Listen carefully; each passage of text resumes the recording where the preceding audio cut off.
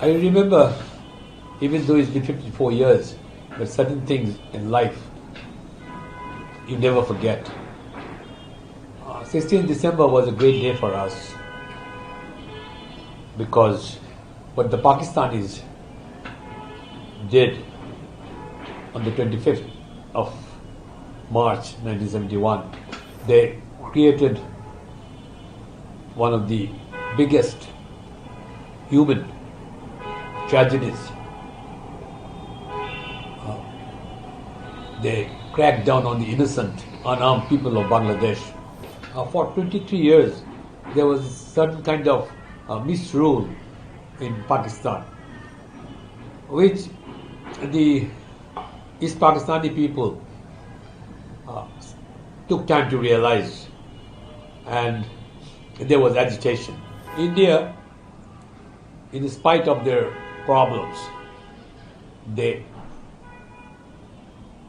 accommodated those refugees, and also they gave us space to form our camps and to train our soldiers. It's a great move. I think the Indian government took the right decision to give out this message, and also BNP was reciprocal in a similar way. Begum Khaleda Zia is one of the greatest women that we will not see for a long, long time. What she did this for country after her husband's brutal murder was extraordinary. Greetings to all the viewers of ANI. I'm a freedom fighter.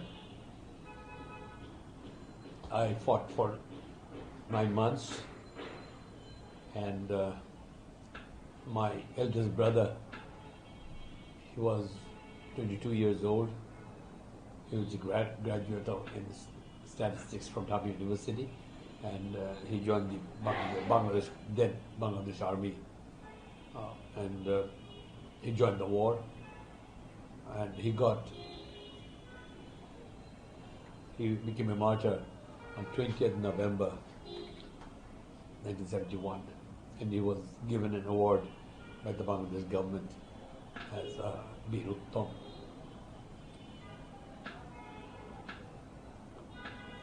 I remember, even though it's been 54 years, but certain things in life you never forget.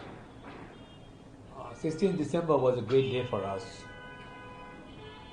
because what the Pakistanis did on the 25th of March 1971 was not acceptable. They created one of the biggest human tragedies. They cracked down on the innocent, unarmed people of Bangladesh, and they shot that night at anything that moved.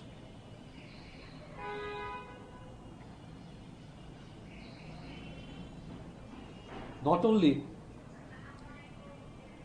they were doing it during 1971, but they have been doing certain things to the dead East Pakistan. For 23 years, there was a kind of disenfranchisement,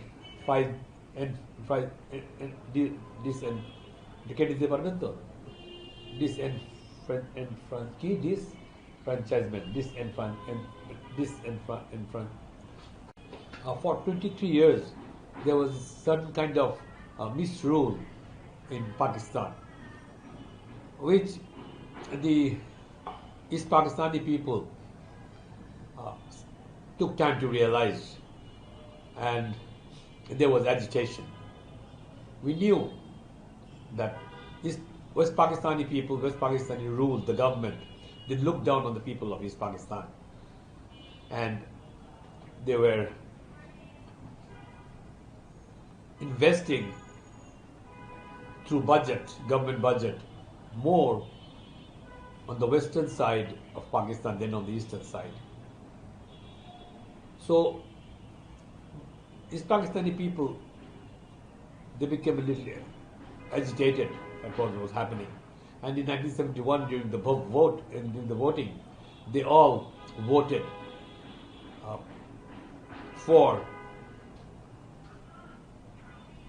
in favor of the East Pakistanis. But after the election, Pakistan would not give up power and let the party which won to form the government. So this led to more agitation, more demonstrations, and political upheaval started. So after a lot of ups and downs, they cracked down on the 25th. That was a horrible night. We could hear gunshots all around us. And that night, we somehow passed those hours in total trauma. Next day, there was curfew all over the country, especially the city of Dhaka and Chittagong. But the next morning, curfew was raised for over 2 hours. And in spite of our parents shouting behind us, we four brothers, we ran out in different directions to see what was happening, what had happened. As soon as I got out, a couple of houses next to us, there was a gate which was like about 6 feet high. And on the foot of that gate was lying a child about 6 or 7 years old who couldn't climb across the gate to go inside. So he had put his head under the gate to be able to go across. But the brutal Pakistani armies shot that child, and he was lying on a pool of blood. When I saw that, I realized that we were no longer Pakistan. We had already become Bangladesh. But how it was going to happen, we didn't know. We had no idea. So I went on a bike to different places of Dhaka and saw bodies everywhere. I went to Shodrghat at the terminal by the river, and I saw bodies floating on it. I had rushed back because it was a 2-hour curfew. So when I got back, I turned the radio on, and here was this voice that the army, under the leadership of Major Zia Rahman, had declared the independence of Bangladesh. The then East Pakistan army had revolted under the leadership of Zia Rahman, and he declared that we will resist, we will fight, there's going to be a war, and we're going to fight till the last Pakistani army is defeated and captured. We found new hope. We had an address, we had a direction, and we who were young at that age, at that time, we responded to this call, and we left our homes to join the war. We didn't know where we would get our training, where we would get arms, but we knew through that declaration that war was inevitable, and we will fight and see what happens, and we will fight till we liberated our country. After the war started,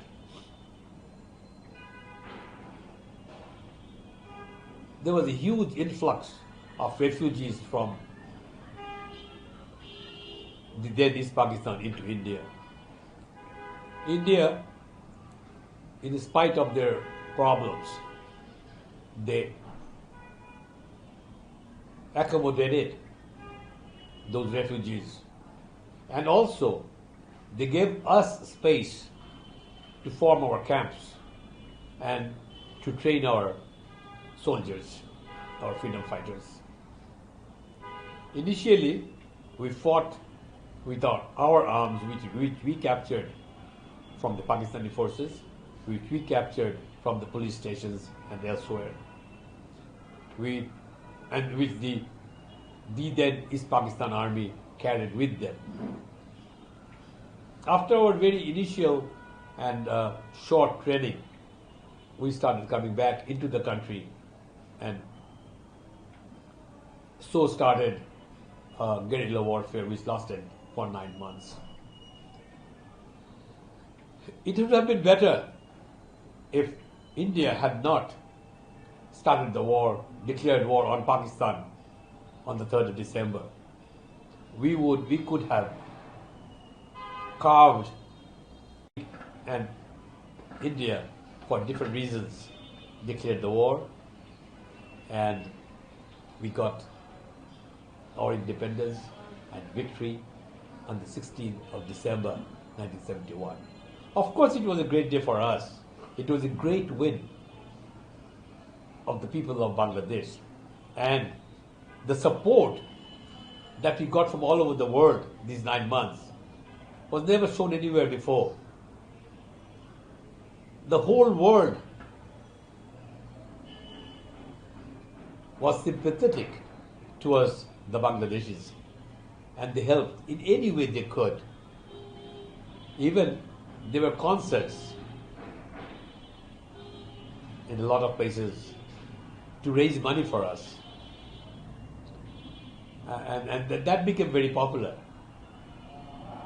I still remember fondly of George Harrison's singing for the liberation of Bangladesh. Now, after 54 years,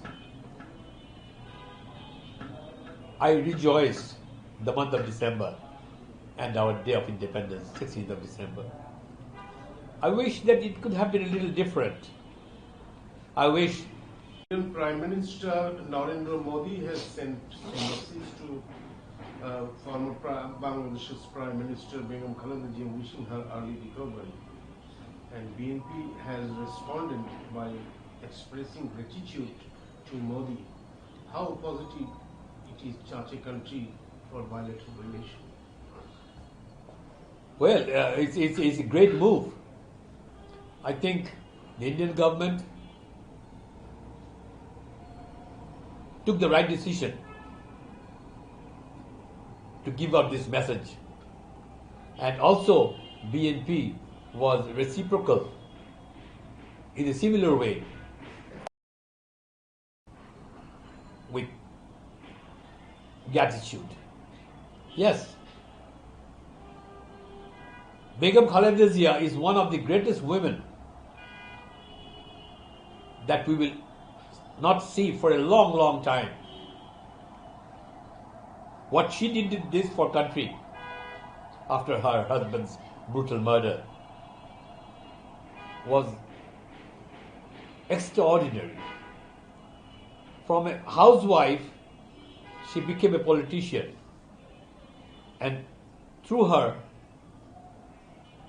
personality, she not only won the heart of every Bangladeshi, almost every Bangladeshi, and respect, but she got a lot of respect and love from all over the world. So with India and Modi coming out with this message, I think is a very positive move. It's the right move. So how can bilateral relations between the two neighboring countries, India and Bangladesh, be further strengthened in terms of trade, connectivity, cultural ties, people-to-people contact? So that the two governments have to sit and decide for themselves. You see, we are a country which is dividing a big portion of India. We have 7 states, which we like to call the 7 sisters, on the eastern part, and we are in between, except a very tiny corridor, which we call the chicken's neck. And you got the rest of India on the other side. So the Indian government, if they want to develop those 7 sisters, they need Bangladesh. And I'm sure every government that comes, they would want to sit across the table and decide and make plans of how Bangladesh can give its territories to be used to develop the 7 sisters, our ports, our other facilities, to help these neighboring countries, the neighboring states. And we as a state, as a small state, a new state, would love an opportunity to be able to make friends, not only with the 7 sisters, but with all of India. But the proper atmosphere and attitude must come from the government of India. How is Bangladesh heading towards an election? As how hardline activism is pushing the country towards a regressive dark age? I think that is going a little too far. No dark age will come. The elections, I hope, which the eminent professor Dr. Yunus, the chief of the caretaker government, has promised, and I think every person in this country wants, after all these upheavals, of all these ups and downs that we pass through and reach this stage, an election is necessary, and I think we will have a great election, because you also got to take into consideration that 5 to 6 crores of voters, of new voters, of the youngsters in Bangladesh, they could not vote in the last 3 elections. So they are all eager to jump on the election wagon and vote for their choice of leader and party and people all together and bring and set about a new government, which has become absolutely necessary. The sooner the better. And we are looking forward to the next elections. And the dark forces which you are talking about, you see, this Jamaat,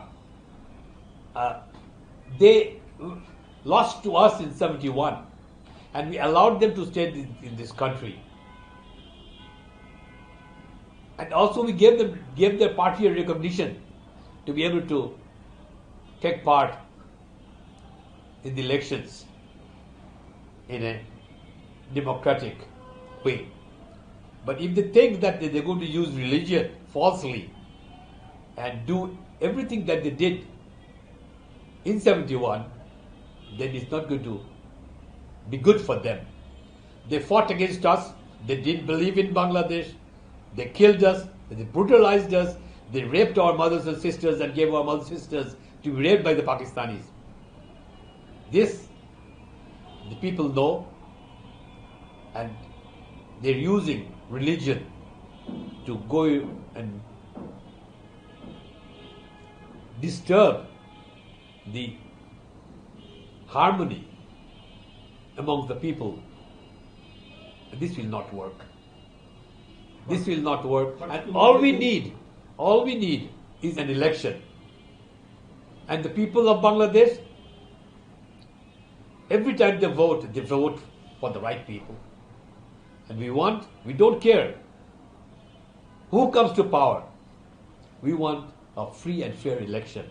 And that will set the path for the future of Bangladesh. But in the recent university elections, the Jamaat student wings get the victory. Yes. They're trying to show that the university election is something that which will affect the national elections. That never happens. I think a few years ago, something like this happened. The smaller parties which took part in the elections, I think one Mr. Salim, he had won it, but then the national elections took a very different turn. This does not equate in any way the university elections with the national elections. And